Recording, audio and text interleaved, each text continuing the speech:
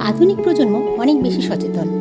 আগেকার সমাজে মেয়েদের বাল্যবিবাহের প্রচলন ছিল, কিন্তু বর্তমানে সেটা আর হয় না। আধুনিক নারীরা নিজেদের কেরিয়ার মজবুত করার পর বিবাহ বন্ধনে আবদ্ধ হচ্ছে। তার ফলে কনসিভ করার বয়সটা অনেকটা পিছিয়ে যাচ্ছে। ফলে মেয়েরা হাই রিস্ক প্রেগনেন্সির কবলে পড়ছে।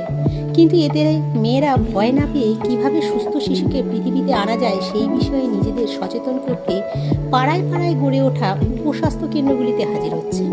একজন স্বাস্থ্যকর্মী হিসেবে আমরা মাকে আশ্বস্ত করি যে গর্ভাবস্থা একটি দৈব প্রদত্ত ঈশ্বরীয় একটি আশীর্বাদ, যার ক্ষমতা একমাত্র নারীদেরই অর্পণ করা হয়েছে।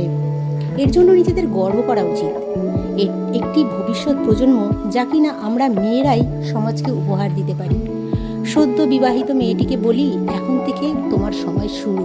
নিজেকে প্রস্তুত করো একটি দিব্য জ্যোতিকে নিজের গর্ভে স্থাপন করার জন্য। আর এর প্রথম পদক্ষেপ হলো নিজেকে মনে মনে তৈরি করা, হ্যাঁ আমি সেই নারী যে ভাবি প্রজন্মকে আমার ভিতরে ধারণ করতে চলেছি। এর জন্য ঈশ্বরের কাছে নিজেকে কৃতজ্ঞ অনুভব করো।